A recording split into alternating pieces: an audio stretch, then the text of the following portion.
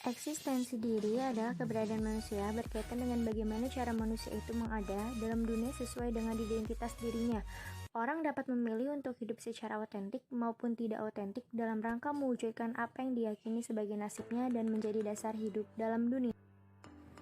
Menurut Buber, eksistensi mempunyai dua relasi, yaitu yang pertama adalah relasi manusia dengan benda-benda.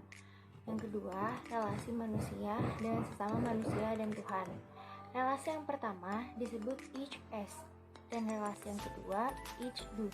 Atau dapat dikatakan relasi pertama aku itu dan relasi kedua aku engkau.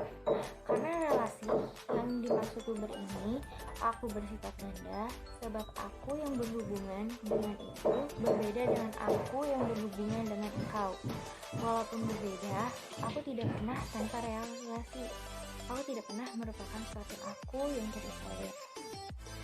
Relasi aku itu menandai Erfahrung, dunia di mana menggunakan benda-benda, menyusun benda-benda, memelihara benda-benda, bahkan Sedangkan relasi aku engkau menandai dunia dan Beziehung, dunia di mana aku menyapa engkau dan engkau menyapa aku, sampai terjadi dialog yang sejati. Dalam dunia ini, aku tidak menggunakan engkau, tapi aku menjumpai engkau. Penjumpaan merupakan suatu kategori yang khas bagi dunia ini, seperti juga cinta dan kebebasan. Dalam sepanjang sejarah manusia, dunia yang ditandai oleh relasi aku-engkau semakin menyempit dan relasi aku itu semakin dominan, sebab berkembangnya pengetahuan dan teknologi membuat relasi aku-engkau semakin terkikis.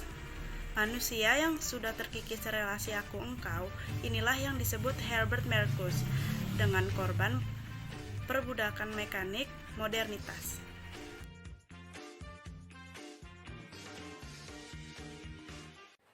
Grafiti merupakan suatu budaya populer yang kini semakin berkembang dan menjadi suatu budaya yang digemari oleh kaum muda terutama di perkotaan. Grafiti ini memenuhi dan mengisi ruang perkotaan dengan berbagai bentuk seni rupa, baik tulisan maupun gambar.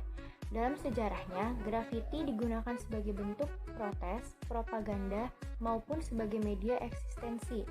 Di beberapa negara seperti Amerika, grafiti sering digunakan untuk menandakan daerah kekuasaan antar geng, juga sebagai bentuk protes anti kemapanan. Grafiti juga berkembang pada masyarakat modern sebagai budaya populer yang berkembang bersamaan dengan musik, gaya hidup, dan seni rupa. Di Indonesia sendiri, grafiti telah berkembang sejak masa kemerdekaan sebagai bentuk propaganda politik. Grafiti dibuat dikarenakan beberapa hasil positif turut berguna bagi seorang pembuat grafiti maupun khalayak yang melihat grafiti tersebut.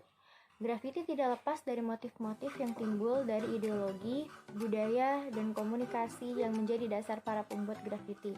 Pada akhirnya, grafiti sendiri adalah media komunikasi yang ditulis dengan lambang dan simbol komunikasi tertentu dan memiliki pesan terhadap khalayak dan kemudian menunjukkan eksistensi identitas sang pembuat grafiti tersebut.